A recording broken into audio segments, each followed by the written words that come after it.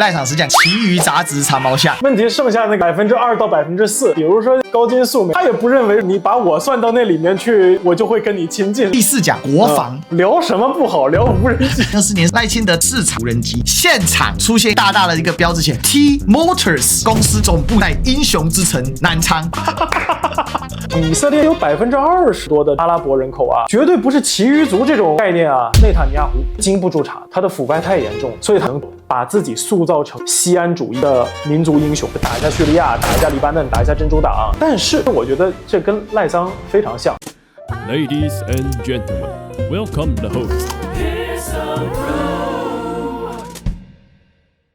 大家好，我是来自宝岛台湾的历史哥李修。大家好，我是来自宝岛海南的陪你一起看世界的王骁，欢迎来到视频播客岛岛连线。哎呀，我们岛岛连线上周 pass 了1集，我想大家一直在敲碗，所以耐不住寂寞，不小心在 YouTube 就连线了一下。但是整体来讲，知道大家想要一个更完整的岛岛连线，所以今天我们就继续来做岛岛连线的内容。但我觉得岛岛连线有一个东西是我一直想把这个系列给带来的，就是除了在看两岸问题的时候，我们也可以看一看世界上哪一个地方历史或相应的状况，可以给一些借鉴，所以这是一个很好的讨论，这样子才能够强度的去激发我跟肖哥在思考逻辑上面更深度了。知识必须要有这样的感觉，那才会很有趣嘛。所以今天要来带一个新的议题，这件事情是王骁跟我提的，所以王骁你自己讲问题吧。我知道最近台湾岛内有一个非常火的话题，但是其实大陆这边报道是不多的，并没有太多的关注。就是大罢免的期间，我发现地区领导人赖清德朋友在搞一个所谓的实讲，他这个实讲，反正我看下来给我一种，哎呦，我如果只能看到文本，会给我一种好像历史知识文化水平不太高的样子。但是呢，我又不知道，对吧？因为我不在岛内，我不像你们能够接触到很多可能屏幕后面的各色人整，他们可能有一些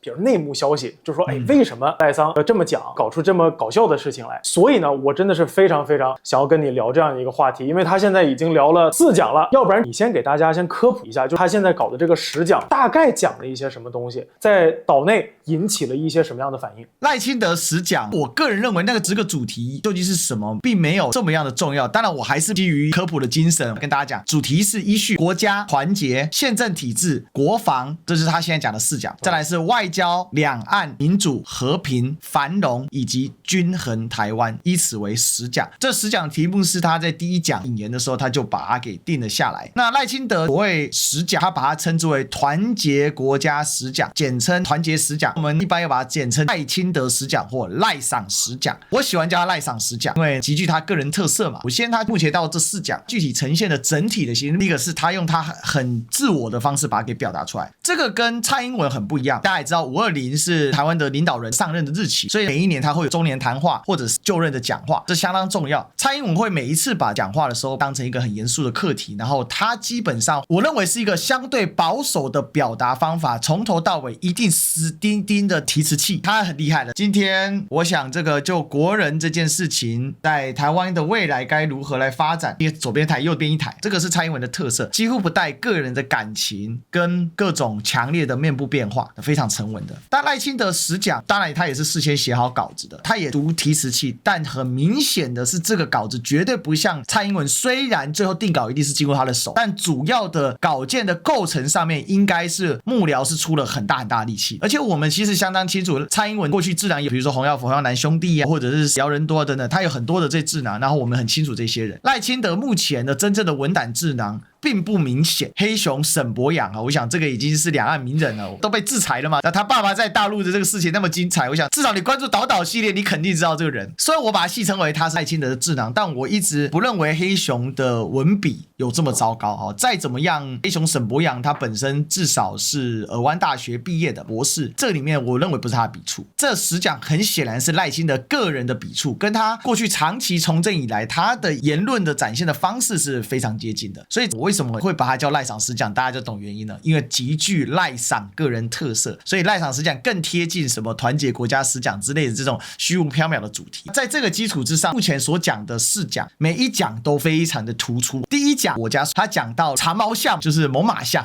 所以他不敢讲台独，也不敢讲独立国家或台湾共和国等等很显著的台独用语，但在这一讲次里面他很强调的是台湾为什么可以具有独立性，这就是为什么他从猛犸象开始提，我差点以为他从盘古开天辟地开始讲起。那不行啊，盘古是中国人呐、啊，对，糟糕了，盘古中国的神灵不能讲啊，所以他这个从猛犸象、金丝猴、四不像鹿、犀牛开始，主要的原因是他认为台湾具有独立的生态体系，所以台湾自古以来是祖国不可分割的一部分。他认为这个是一个错误的说法。可是其实如果你对古生物学稍有基础知识的人，你都会知道长毛象是一个很大的门类。传统定义上狭义的长毛象就是我们说的动物长毛象，那当然是绝对不会分布到台湾，它最难大概分布到山东这个地方。这个长毛象我觉得他提的原因是因为他想混淆长毛象是什么长毛象，因为在长毛象属里面的有很多的科，其中有草原长毛象跟动原长毛象，这是很常见的两个品种。动原长毛象就是我们看《冰原历险记》，我不知道大陆叫什么名字啊，银河世纪里面那个长毛象，我认为赖清德他想说啊，你看在大陆同等纬度是没有长毛象的，但台湾发现了长毛象，所以台湾有独立的生态系，所以台湾有台独的前质。可是想也不可能嘛，就台湾的气温同等纬度的华南气温不就也是一样？那这长毛象有特异功能吗？它在台湾它可以减脂增肌吗？所以它不怕热吗？它在台湾它可以有大耳朵散热吗？大家知道象科的动物是没有汗腺的，它必须要透过大耳朵或者是通过喷洒水分泥巴来裹身体它来散热嘛。现在的非洲象或者是亚洲象都有这样的一个特质，而长毛象几乎没有耳朵。如果你仔细去看，然后长毛象的耳朵很小，也是因为它不能散热，它散热它会冻死啦。所以我就认为赖赏这件事情他其实有点搞不清楚。哎呀，台湾有这个长毛象这很正常，这个叫做草原长毛象，它是我们长毛象家族其中的一支。我们中华民族啊，又讲建构历史的话，我们已经说从盘古开天辟地、女娲补天造人开始做起。讲到历史上的英雄人物，就先从三皇五帝，尤其是从什么黄帝、轩辕氏、炎帝、神农氏，我们就这样子一路讲下来。他这个他不要，我都抛弃，我要从长毛象讲下来，因为我们有长毛象。但是我觉得他最搞笑的地方是，他以为金丝猴是台湾独特的古生物。今天台湾是没有金丝猴，台湾是台湾猕猴，很凶。你如果来台湾玩的时候，记得不要拿塑胶袋，他会抢劫你，尤其在寿山，我老家。哎，这个跟峨眉山有那个猴子也很流氓的啊，对，猕猴科的都很凶啊，大家记住啊。大家知道金丝猴在广西那是超级国宝啊，但是我觉得他可能不知道这件事吧，所以他就觉得金丝猴灭绝了，但是它是台湾的特有物种。而且还有一个点，台湾自古以来是不是中国的一部分，你可以从历史学的观点去吵架，是不是中国这是人类建构的政治，但它肯定是欧亚大陆的一部分，这是一个物理事实。岸是都在东亚的大陆棚，大陆叫大陆架上面嘛。而且台湾是因为太平洋海板块推动了菲律宾海板块俯冲到了欧亚大陆板块的下面而形成的隆起，所以台湾有所谓五大山脉，从最北的雪山山脉、中央山脉、玉山山脉、阿里山山脉，还有一个东部的海岸山脉。那个海岸山脉的土质长得就跟中央山脉不一样，因为海岸山脉是菲律宾海板块俯冲到欧亚大陆板块下面的时候隆起了。台湾学生如果你有国中的程度，你应该了解这件事情，所以他的逻辑就很奇怪。你越讲这个古生物，你越证明的台湾跟中国大陆是连在一起的，这叫地球科学事实、地理学事实。我真的很难理解他讲的那么眉飞色舞。后来我就去请教几个以前可能在绿营的一些媒体的前辈嘛，包括郑丽文，他说哎，这是地下电台那一套啊。他有一个国策顾问，其中有一个叫志明，这个是他的电台的口号，那是一个台南地下电台的大头。赖清德从20几年前从政的时候就是记名电台的常客，还帮忙卖药。对，他是个医生，但他卖一些奇怪的药，所以呢他就在那边吸收了很多传统台派独派那种地下电台式的说法，因此有这几讲。所以这个团结实讲你就知道，从开始就是歪屁股的，不是一个基于绝对的事实说话，而是基于一个意识形态的形塑说话。而且赖清德是相信这一套，它是可以带来认知上整个的完整构型。但是大家还知道电台这东西它为什么被淘汰，因为它只能单向，所以他这一套他讲的眉飞色舞，得意的笑出现了，你会感觉得到他讲的是特别开心的。我觉得他就在重温他当年在地下电台讲这些事情愉悦的感觉，非常好笑。一讲了明明讲国家暗藏的是台独，结果变长毛象讲、猛犸讲、猛犸说。他还讲到一个很好笑的大粪坑文化，广泛分布在台湾、澎湖、闽南，还有到两广，这是一个地区型古人类文化遗址，它是分布两岸的。但是赖清德竟然把它拿来说我们有大粪坑文化，不是你不是要讲台湾独立属性吗？你怎么讲这两岸共有的大粪坑文化呢？这实在是一个非常搞笑的事情。所以他又自打脸啊！你讲台独，一直讲两岸共有的东西要干嘛呢？唉。再来第二讲，他讲到团结，团结这一讲代号杂质，因为它里面就讲到要透过罢免跟选举把杂质给打出来。大家也知道，在我们这种采用西式选举的地区 ，democracy 就是肖哥常讲的德摩克拉西，其实讲白了，选举就是搞分裂，计划出自己的粉圈，然后让愿意投票的人出来投票，但是嘴巴上一定要喊团结，团结，团结，团结，团结，团结啊，讲烂的就要喊团结。但这天才竟然把所有跟他意见不同的人说是杂质，要把他打出去。所以这整讲到底讲什么一点都不重要。从那天开始，又给国民党跟民众党捡到枪啦，所有的人演说的说我们是杂质吗？他们才是杂质。还有说我杂质我骄傲，我60%我杂质。天啊，天天送枪送套送爱心啊！这个不得不说，岛上现在有点搞笑的，90%多的叫其余，60%多的叫杂质。就是你现在为了把大家给筛出去，问题是呢，剩下那个2%到4%，比如说高金素梅这个立委，他也不认为你把我算到那里面去，我就会跟你亲近，整个感觉就是啊，脑子怎么回事？所以现在是有个说法，你是不是奇遇杂志长毛象？因为照长毛象说的话，那我们不是就是猛犸的后代了吗？不然你怎么搞独立呢？所以第二讲这个杂质是真的捡到枪，讲了2-3个礼拜了吧。这段期间我还是依然在到处跑场主持，我发现杂质真的很好用，大家真的会生气，杂什么质啊？你才杂质啊！然后最近有发现一个很有趣的事情，前几天我在中天新闻的主持人好朋友莎莎李佩轩，他有一个系列叫做高级酸新闻台，然后呢他真访问到青鸟，青鸟就觉得他们现在最烦的就是那一些乱讲话的蓝白立委，那他就追问他说，那你这些人形容成杂质是对的吗？他说对啊，是杂质啊，是对的啊。他说你这样子不会让那些反对罢免的出来投票吗？他竟然说不会啦，因为这些人智商还蛮低的。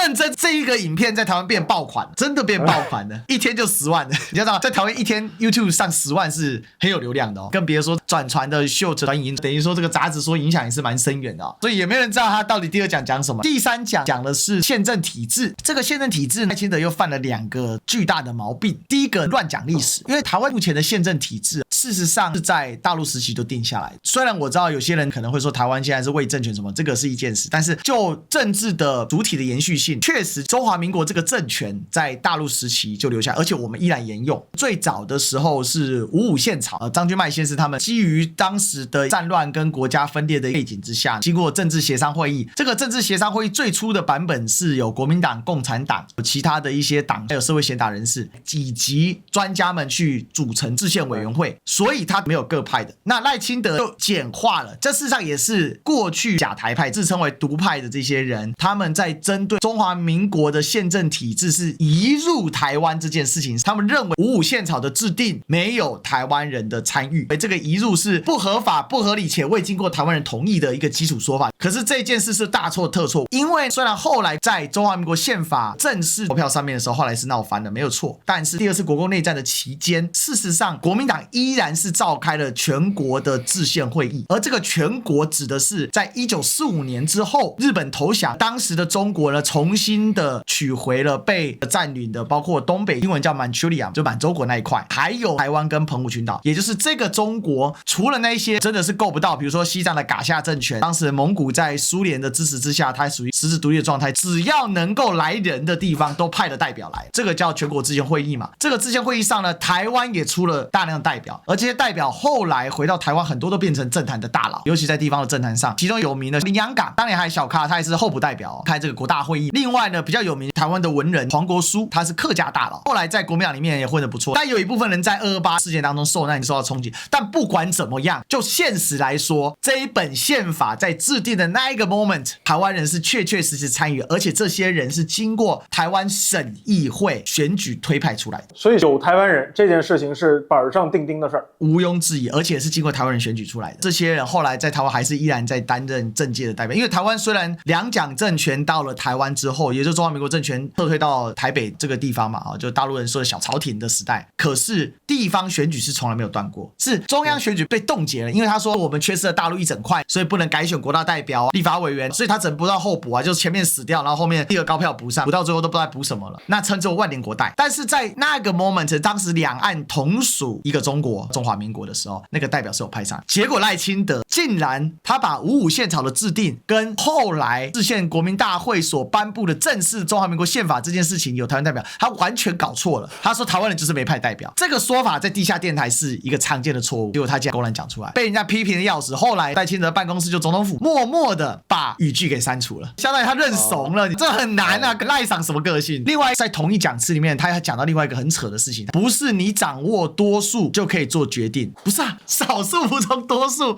多数才会尊重少数。德摩克拉西就剩这么一件事儿了。对，他意思是说，立法院不是你国民党、民众党说的算，你们虽然是多数，但不是你们就能决定。哇，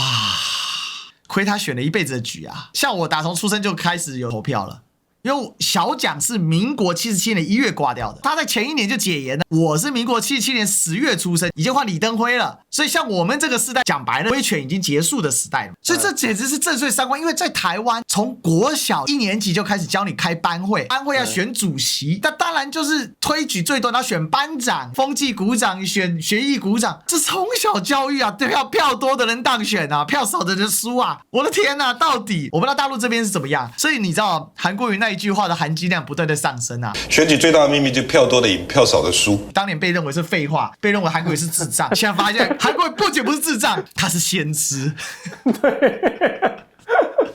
这真的很荒谬哦，所以第3讲就被认为历史乱说，或者少数决定说，反正就鬼扯淡。再来到他现行的最后一讲，第4讲国防安全问题，因为他第5讲外交本来应该要讲在礼拜6，但他说台风取消了，我们认为是他怂了。不过他这个个性呢，怂一时不会怂一辈子，他一定会把它讲完。国防标题，欲国人不分政党朝野相挺国军，支持国防预算以实力达成真和平，就是台湾军队的实力能够吓死大陆军队的实力，这叫以实力达成真和平。他的白话文就这样写哦，它里面就提到几个点，一个呢是无人机，但大家也知道无人机，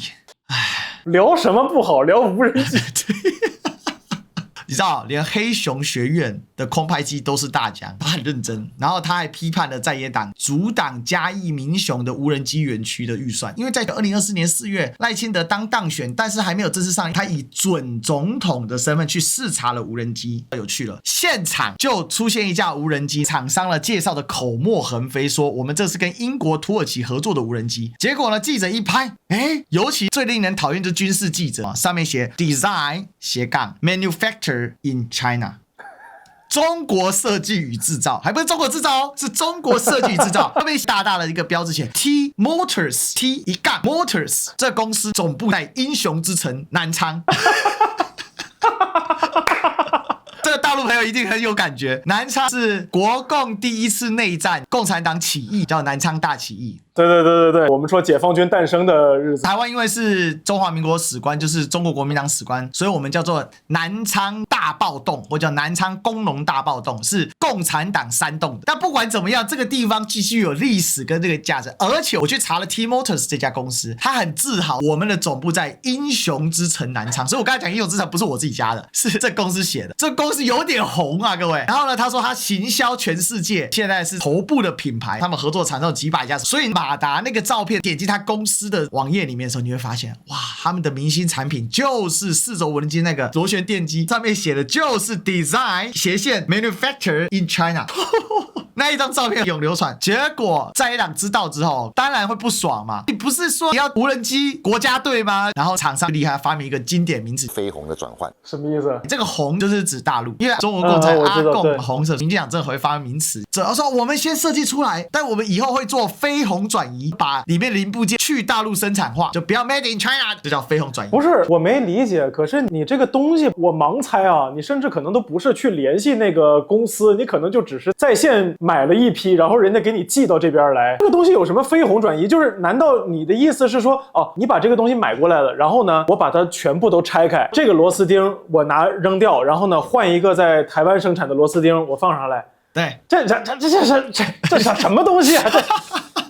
我总觉得我们在导览连线越讲越像相声啊，这个太扯了。他正这样讲啊，这是一个经典的画面。然后赖清德就记得这件事，他明明知道，可是他就批判在野党无人机园区不给他过，暗示在野党就是中共同路人，要放解放军进来。另外很有趣，他提了3场战争的教训要学习，一场是俄乌战争，这可以理解。另外呢，他叫以哈战争，但我强烈反对这种用法。我们要知道，就是以巴战争或以巴冲突。第3，他讲以色列跟伊朗，大家有没有觉得一个很好笑的？有一场冲突对台湾有超强的示范作用，但他不提了，叫印巴空战，去哪了呢？就这样避过了。所以你看，他为什么提这个？他讲无人机，因为我们都知道俄乌战争里面无人机几乎是完全改变了现代战争的样态，尤其是俄罗斯现在算是军工业相当发达，而且他采购了大量无人机，甚至发布到班级以下，到了5级就是3人1小小队都会带一台小无人机去做侦察。现在的打法，先用卫星先看一下，或者用无人机先去照到之后开始丢航弹、炮火洗地，剩下再派无人机再扫一扫，看有没有漏着，再丢几颗炸弹把它清掉，然后人才会进到主屋，可能丢炸弹、丢手榴弹或者丢反坦克地雷等等，再把壕沟给炸一炸、清掉，再去战。基本上接触战非常的少。你看尤其现在你会发现俘虏跟死亡它是非常极端的，要俘虏就是他完全投降，他就在地等你来抓他，要么就直接被炸死。让俄罗斯的少数民族蒙古人种、雅库特人跟乌克兰的老兵近身刺刀肉，那很少见。这个事情如果放到台湾，那你基本上要先能够让无人机编排到这一些单位上面去，那你得大量生产啊。可是你的逻辑是我要去采购，那你采购那一些，你是不是又把它摆起来供的？就像我们的防毒面具，平常根本不会放在身上，要的时候全铝的防毒面集中起来，然后让一个营高装检，拉一拉带子还会断掉，因为都很久没用了，然后呢再把它送回去，就很奇怪。现在台湾的军事教范还是请武长以火力掩护我要前区侦查进行，哎呀实行，然后左突突右突突，我继续以火力检查。现在谁打这种战争呢？但赖清德的脑袋瓜里还是装这个啊，他的无人机就是有，所以他的国防讲次里面讲了一大堆，但非常不切实际，他根本搞不清楚一线作战单位到底需要什么。因为我们台湾是义务兵制嘛，所以我是国军的厨役弟兄，我们年过36岁的那个年的年底我就除役了。像我们机械化步兵是这样，我是步枪兵，国军自制的 T91，我没有其他专长，但我 A 小5必须要一个66火箭弹兵，是属于反坦克兵，再加上一个班用机枪兵，我们组成一个小队伍。但是问题是我们学的就没有任何无人机，也没有任何的侦察，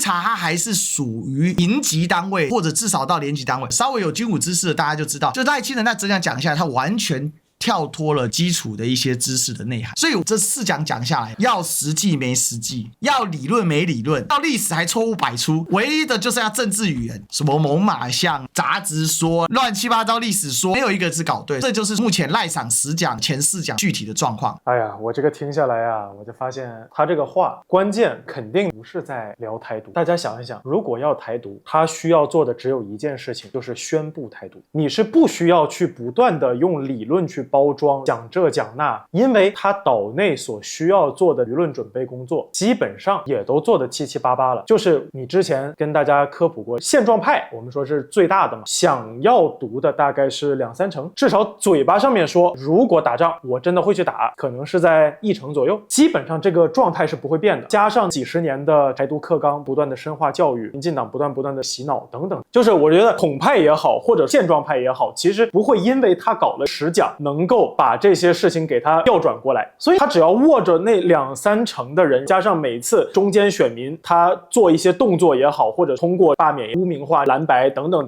他能够在里面挖到大概10%到20%的人口，他就已经可以把选票给凑足来登顶大位了。所以我觉得他在用这个东西啊，继续打击反对派，搞岛内的政治斗争。你现在其实做什么都没有办法打到大陆，然后他的做法还是没有改变以前民进党各种在污名化和丑化国民党。比如说第1讲猛犸说，我听下来他整个思路并没有超越台独课纲的水平，台独课纲的水平完全比猛犸说肯定要更高级一些。这个倒实际，他的这是地下电台的说法。你如果知识水平高一点的话，也不至于混地下电台，对不对？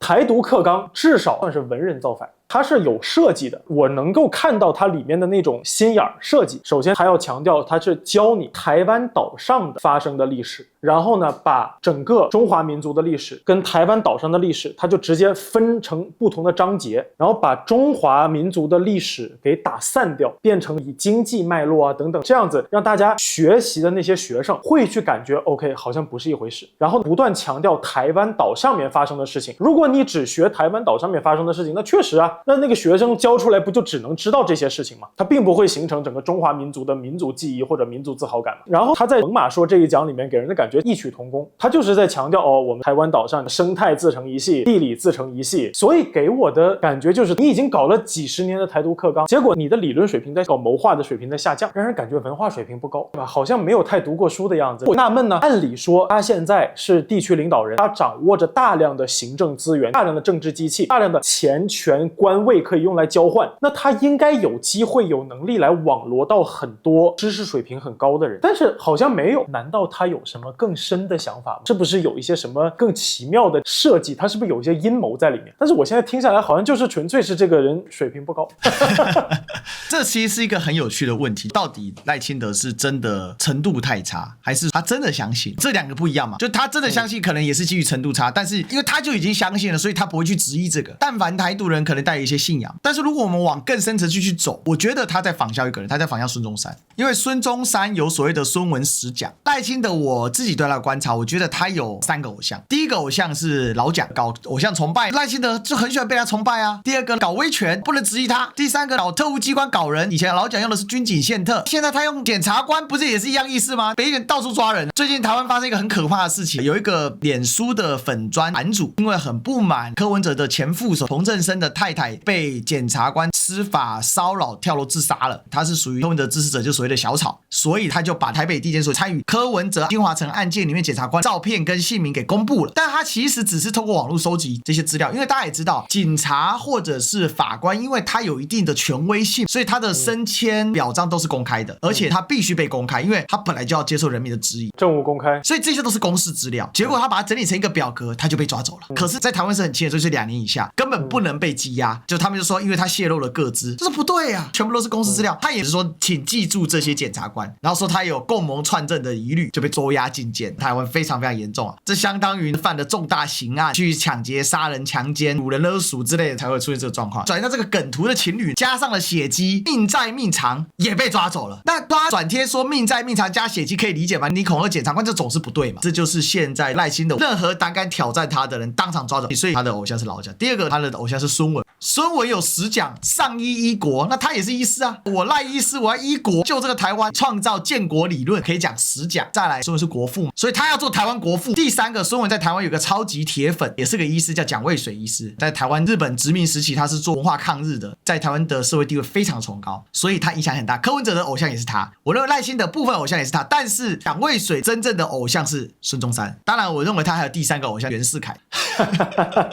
想当总统皇帝啊，不然八雄怎么会讲袁世凯 ？Anyway， 这事情回到刚才肖哥的提问，有没有多大的阴谋啊？我个人觉得赖清德现在步入了一个，我把它称之为 BB 陷阱。他为了个人的权位跟大罢免斗争的巩固，他不惜牺牲台湾的长久利益，他只能用这种非常极端、剑走偏锋、煽动群众不断的添砖加瓦，告诉你这一些理论。你看台湾是有盼头的，我有个建国的10讲方略，你刚才分析的非常好。他看起来目标客群就是他那一撮人，但是这撮人铁到爆。你想，30%的人投票率扣除生重病、断腿、癌症就不能去投票的人之外，大概就90%，投出来是27%。那我们现在大罢免门槛是25%，那就有可能。所以我自己个人感觉，他现在有一点像以色列的 BB 纳坦雅胡做法，牺牲长期的集体利益，成就个人的统治以及政治斗争的现实利益，这是一个非常危险、玩火自焚的举动。虽然我认为北京现在是越来越坐得住气了，也不太鸟他这件事，可是不管怎样，他确实就在刺激。我认为他一直在希望北京能够出手，尤其在投票当天，最好打飞机又打炮，让大家都高潮，这些青鸟就会义无反顾的拼下去。这是我看到的。不过这边也是要请教一下肖哥了，你怎么看呢？我觉得2个人有非常相似的部分，就是毒夫嘛。不得不说，我觉得在今天的政治环境下面，首先大陆这边中央的一个判断其实已经很早了，叫做100年未有之大变局。清末的时候大家说过1000年未有之大变局，当时说的是1000年的中华帝制专制体系遇到了前所未有的挑战，因为在此前中华帝国的眼中没有真正的对手，整一个东亚的体系是建立在整个中华帝国的朝贡体系里面的，这个是当时的一个情况。现在中央提出了100年未有之大变局，更多的强强调整体的国际局势。这个整体的国际局势是以西方作为垄断性统治世界秩序的事实在往下降，而多元多极化的一个世界正在往上升。以前哪怕我们在外交学里面提到多极化，这个多极化讲的还是西方，跟世界其他地方没有绝对关系。比如说我们非常经典的打败了拿破仑之后，欧洲列强开了一个维也纳会议，奥地利宰相梅特涅四处合纵连横，最后拉出来了一个5大国的神圣同盟之间呢叫 balance of power， 那个是列强之间的平衡，他们管那个叫多极化。所以那个时候的多极化眼中是没有世界其他地方的，并不是说欧洲有一个霸主，然后亚洲有一个霸主，美洲有一个霸主，非洲有一个霸主，然后大家坐起来一起商量，没有。在二战以后，其实呢有过这样的想法。小罗斯福当时呢在设计安理会这个体系的时候，我认为他的理想状态就是他不从意识形态的角度出发，不管将来你是什么，比如那个时候苏联是红色帝国，老蒋属于军阀军政府状态，英国内阁制，法国笼罩着非洲的一个殖民帝国，然后加上新兴的美国，而且作为二战中压倒性的一个力量，他把这5个放到一块儿。他的想法并不是我们要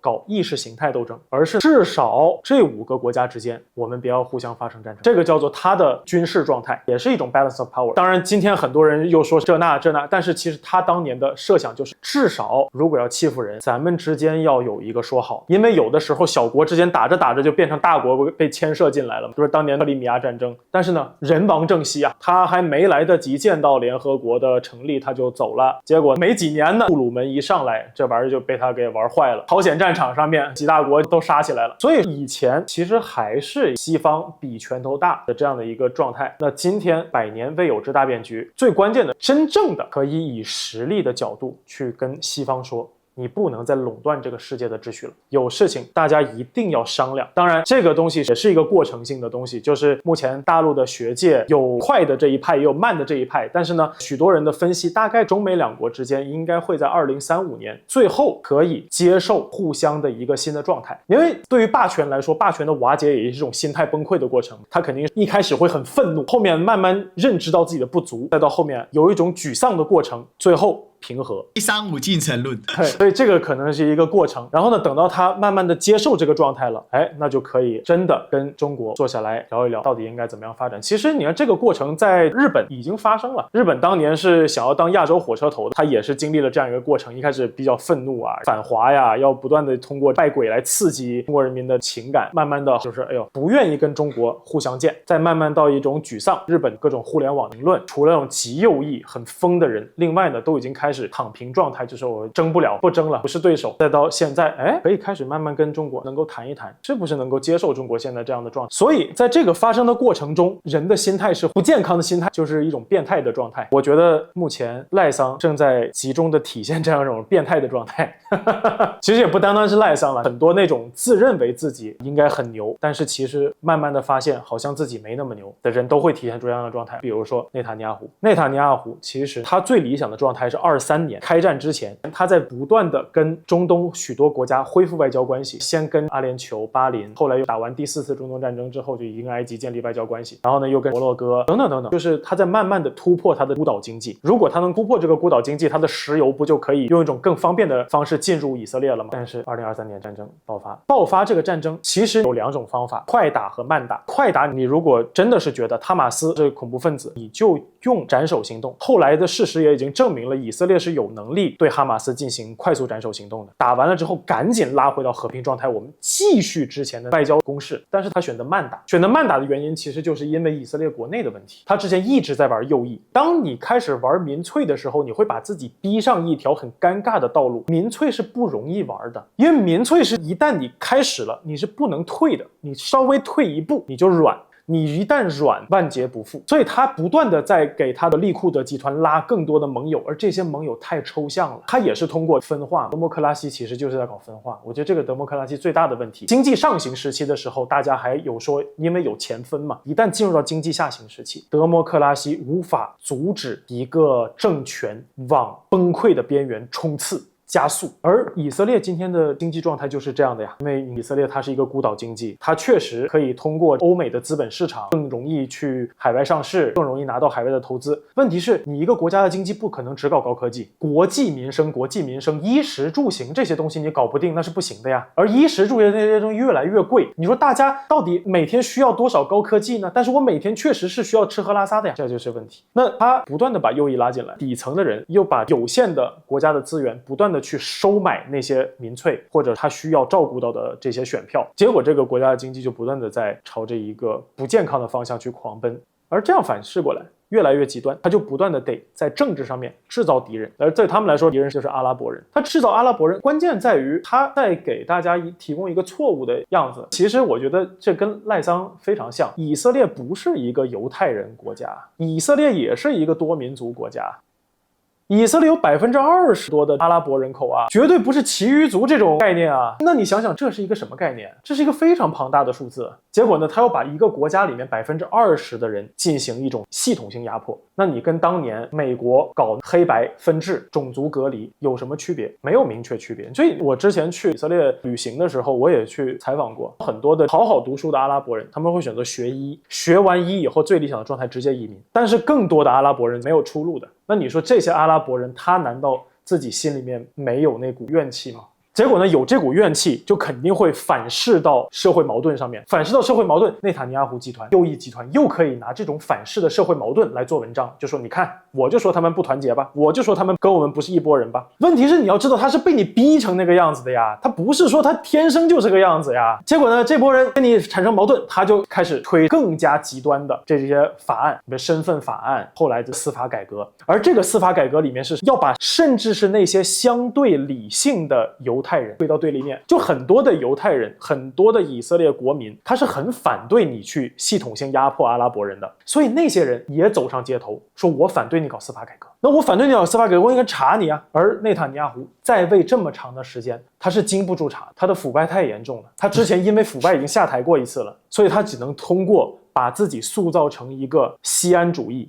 的民族英雄。而民族英雄怎么样搞过来是最方便的，就打嘛，所以去招了伊朗嘛。所以你看，他不想结束战争，你会发现他不断的在开新的战场，因为你无法用以色列有限的人力物力完全占领加沙，你就尬住了，你不能尬住，所以你要开新的战场，打一下叙利亚，打一下黎巴嫩，打一下真主党，然后打一下哈马斯的领导人，现在也要打一下伊朗，不断的在转移大家的注意力。但是他的这样的行为在消耗谁？首先肯定是在牺牲自己的右翼集团，这个自己作嘛，自己选的这条路，这我们就暂且放在一边。更尴尬，他牺牲整个以色列，比如除了坚定支持以色列的那一波人，今天是不是整个犹太人在国际上的形象是在往下降的？甚至大家是不管你是什么样的犹太人的，一听你是犹太人先反对。但是你要知道，很多以色列国内的犹太人他也反对内塔尼亚胡，也反对继续扩大战争。甚至当时内塔尼亚胡在前和平年代压迫以色列的阿拉伯族这些公民的时候，这些犹太人其实这内塔尼亚胡的对立面。可是现在整一个犹太人的形象是被内塔尼亚胡的军国主义给捆绑住了。没错，你看我们小时候，犹太人被认为是一个聪明、神秘，但是有着哀伤的民族。大家知道开封犹太人这个历史研究，当年有一波犹太人后来被政府安置在开封，这个记录到宋朝都还相当的完整，一直到明朝、清朝的时候才逐步的消散。那为什么有这种史学的研究热潮？研究这个干嘛呢？它就是当年从唐朝的时候过来的一波，那也有人是说从元朝的时候跟着色目人来的。那不管怎么样，这研究这干嘛？其实就是我们对于犹太是有一些情怀的。那个情怀就是，哎呀，犹太人这世界上这么聪明的民族就被打压、被流放。讲白了，中国人、华人是有共情的嘛？哎呀，我们也是被打压，尤其近代过得很不好，犹太人也是在近代过得很不好。另外有悠久的历史，尤其在台湾更严重，因为台湾还出现一个问题是台湾小，所以它共情感又更强。那像大陆强大起来之后，对犹太人共情感会下降，是肯定的。因为当你本身是个巨大民族的时候，你就不那么的去共情小民族。但是不管怎么样，犹太人这个 IP 在很长一段时间里面是市场经营的银学啊，很好用的。聪明，好多诺贝尔奖，是一个成功的民主。不是还有研究吗？东方犹太人叫做华人，所以刚才肖哥提到很重要，犹太人整个的形象下崩得很厉害，而这个是被纳坦雅胡制造出来的。然后呢，我们再看台湾，台湾现在回到刚才我的观点，如果真的有魄力去搞台独，你是不需要搞什么大罢免、实奖，利用检察官去抓这抓那，或者操纵政治网红去唱歌骂街啊什么的，你只需要做一件事情，宣布台独。你敢不敢？你不敢做这个事情，其实就都是扯淡。你只要不敢做这件事情，你在做的其他事情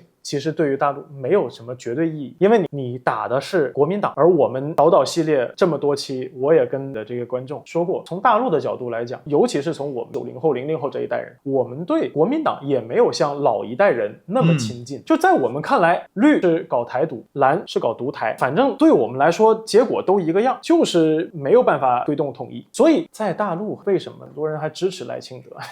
我们之前地区领导人选举的时候开玩笑，太在这当完了你支持谁？还是支持赖清德，因为赖清德能加速。你如果真的换上来啊，笑面虎，你还没办法跟他撕破脸。所以赖清德他的历史价值、历史作用，你看，如果没有内塔尼亚胡，中东阿拉伯民族可能会继续走向分裂，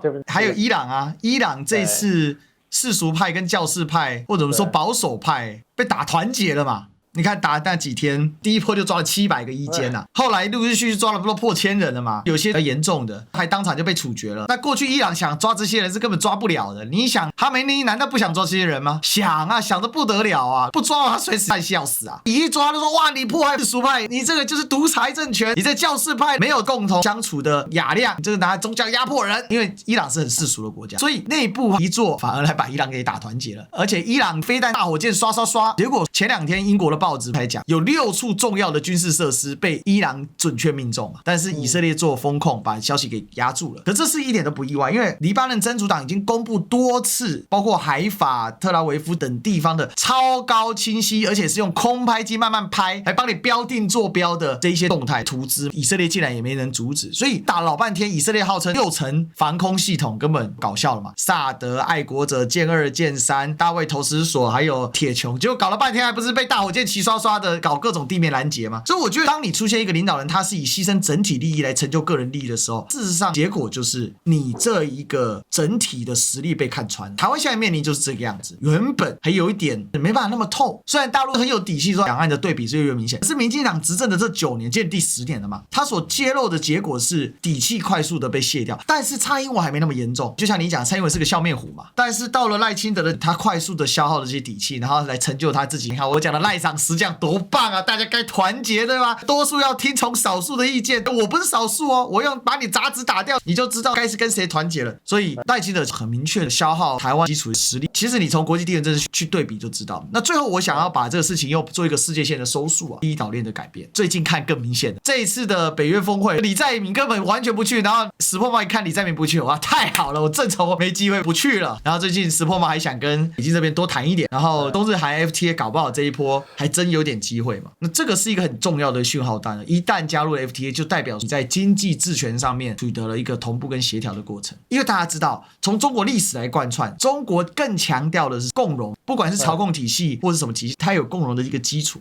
在经济上面其实不是剥削，这个是中华朝贡体系和西方殖民帝国主义体系最大的区别。对，西方是我要把你变成我的仆从国，而我要打仗的时候你要给我派兵，或者说我要把我的产业资本注入进去，你只能赚加工费或者说挖矿的劳动费，而我是赚利润大头的。中华朝贡体系虽然听起来好像不那么平等，可是中华朝贡体系是你来朝贡，你给我进贡的东西我会加倍奉还，它是属于对外输血的一个情况。当然从古代中国人的角度来讲，你会觉得这个事儿也不太合适，可是你如果从东亚中华帝国的朝贡体系的这个世界格局里面，对于那些小国来说很重要的。对，我认为当代的朝贡体系它不可能再像古代那样，毕竟有了本质上的差别，但是有一点是必然产生的，也就是说它一定有个核心，这个核心绝对是中国。然后这个中国核心的过程当中，它的力量在外溢嘛，所以它要建构一个新的观念，我自己取名叫新天朝观，也就是说它不再是一个在形式上不平等，而是在形式上平等，但在实质上有中心的一个状况。而这个中心从东北亚到东南亚，甚至扩及到纽澳，变所谓的亚太，那它在整个扩展展当中最大的一堵墙其实是印度，然后过去在最东边的那一堵墙就是第一岛链。而这个岛链的转向是很明显的，谁才是真正的风向标？那个风向标在西方叫意大利，在东方叫做朝鲜。半岛人就是最会导向的，因为半岛它是岛，它也不是岛；它是陆地，它也不是陆地；它是大陆，它也不是大陆。所以半岛人拥有最强的四大主义。谁大哥我跟谁喊，意大利永远是赢的嘛，2次大战他都赢，都是墨索里的错，把墨索里在广场上吊起来，多打他几枪，虽然死了再补他几枪。半岛人是这样啊，朝鲜是最明显，它是四大主义极其明显的。当北朝鲜慢慢站稳他的生存权利之后，他就舔2舔的理所当然。你的主体去哪了呢？我不主体了，对不对？那南朝鲜会跟中国在一起嘛？这是一个必然的状态嘛？因为这叫四大主义，大哥总得找一个根嘛。这种主义在整个朝鲜半岛有1000年的传统哦。岛国呢就不一样，岛国比较铁硬跟头铁。那日本又是一个很不一样的岛国。第一个，日本以岛国来说太大，人口非常多，岛国破亿人口的没几个。再来，他曾经当过亚洲最强国家，所以他的转向会有很硬的地方。再来，他被美国深度的改造，这个没有办法，因为他有5星天皇麦克阿瑟，从体制上阉割了他。可是他那个转向很明显。那菲律宾它又是一个散装国家，使得它的转向很破碎。可是大体也有一个方向嘛，就是马可仕家族的受挫跟杜特地家族的再次茁壮嘛。那这个转向是很明确的，因为再过几天菲律宾参议院要开议，决定沙拉杜特地的参选资格，因为他被弹劾当中。但在参议院里面，如果他能拿超过9席，那基本上就没办法弹劾他，那他就是下一届当然的总统准当选人。以他现在的声望，只要他不犯错事，这个的话对马可仕家族来讲非常危险，因为现在的关键2票掌握在 Aquino 家族身上。Aquino 家族跟马可仕家族当然是血仇的不要开玩笑。马可仕家族是杀过 Aquino 家族的领导人的这个是没办法的事情。所以我认为沙拉杜特地大概安全度是蛮高的。所以大家回头一看，哇，什么都跑光了。其实不是跑光了，大家都转身往后退了嘛，剩你赖桑坐在原地，风中传出林弹飘。所以这对台湾来讲是一个巨大的考验而这个考验具现化在2个解决方案之上，一个是民间的寻找生路，就我们上期讨论过的馆长现象。另外一个就具现化在台湾这一次的大罢免投票当中，到底有多少人愿意站出来反对民进党？虽然他可能反对的理由不是我们刚才讲的那个大格局脉络，但是入非局中人，身已在局中。就台湾人不了解的，其实你就是这个局中人，我也是这个局中的一部分。虽然我可以很抽高的用一个比较历史学的地缘政治学的逻辑来看这个事情，这就是我讲10讲里面它所具体呈现出来的，最后它还是汇集到这个概念。不过也因为这10讲大家高度的反赖，原本赖清德躲在霸团后面，前面什么曹兴诚、黑熊、89闽南郎、王义川靠背哥，还有什么瑞斯送头，这些阿萨布鲁。我一个问题，为什么在大家都在开始左右逢源，顾左右而言他的时候，台湾地区以色列为什么还能那么头铁？大家有没有想过这个问题？这个问题不错哦。我说一个粗浅的考量，这2个后面都有输血。我不是说一定是输给那个当事人的，就比如说外来的输血不一定是真的要输给内塔尼亚胡，他可能本意是输给以色列，可是由于内塔尼亚胡掌握着以色列的行政资源，他可以通过政治机器把这些外来的资源拢到他的身上。同样有外来的输血给台湾，而赖清德控制着台湾的政治机器，所以他能把这些外来的资源给拢到自己的身上，所以说他们有头铁的能力和资源。那么是谁在输血呢？以色列我们肯定是知道的，美国的输血。台湾呢，不得不说啊，不管两岸关系怎么样，反正现在就是大陆在世界第一工业实力的情况下，居然还可以跟台湾保持着逆差所以不得不说，赖桑是手里有钱，心中不慌东大西大各输一血对，各输一血。所以你说东大西大是不是让这个小丑继续在唱戏，然后让小丑用自暴自己的方法来炸毁一些未来做这个改变的阻碍啊？这个我们不知道，这个有点居心叵测啊，我们不能替东大和西大的中央去说这样的话。但是郑伯克段于鄢，那在最后那一下子之前，是不是好像都在纵容和放手？是这个我们不知道啊，本台并不负责，本台只是瞎说。我们只能说有一些 condition 是必须被创造的。今天我想这可能是全网独家先提出这个观点啊，这个观点是我跟王骁在讨论的时候意外去迸发出来的。那今天把它丢出来给大家想一想，那我相信本期一定会爆款。从这个角度来说，好吧，我想还有很多可以无限延伸的角度。老实讲，这几期导老做下来，深切的感受是太久没有人好好做两岸节目，而且透过两岸的交流，我们可以用不同当中又有共同的一个角度去探索这个世界很多不一样的地方。而且老实讲，在对谈当中也要找到能够对谈的对象。大家知道，有的时候我在上某一些节目，我的感慨就是，我要陪演多久啊？可是不行，大家知道吗？就为了那几个臭钱，手里有钱心中不慌嘛，总得养家，总得养公司嘛。反正你看导我们其实并没有牵涉太多的经济利益，纯粹就是有一种热忱在做这件事情。事实上我们还得耗损经济利益，但是我希望大家喜欢我们这个系列呢，继续追踪下去。然后我们也一直保持着一个很特别的做法，就是我们剪了2个版本，历史和频道一个版本，那王骁剪了一个版本，不同的视角，台湾的小编跟大陆的小编他所剪出来的角度也不见得一致，异中求同，同中存异，那这样我们就可以讨论出很多的火花了。希望大家喜欢我们这个导的系列，我们尽量维持每周的周更，大家一定要记得一键3连或者按赞、订阅加分享。大家有什么想要看的话题，也欢迎大家在评论区来留言。那我们如果觉得特别合适，我们也可以在下一期的节目中呢，去和大家一起分享我们对于这些事情的观点。不一定是两岸啊，什么话题都可以。没错，其实我也蛮期待，如果大家有点提到更加国际的议题，就需要大家多给我们一点 idea 啊，因为我们什么都能聊，唯独呢就知道要聊什么。那我一直觉得这是一个很棒沟通的一个场合，所以提供给大家。那也希望大家继续支持我们导连线系列，今天是第8集了，有一集是只有在我的频道上有，所以大家一定要都追踪起来。但是也欢迎大家继续来追踪，那我们期待大家可以超越极限，变得更强。继续收看导连线，拜拜，拜拜。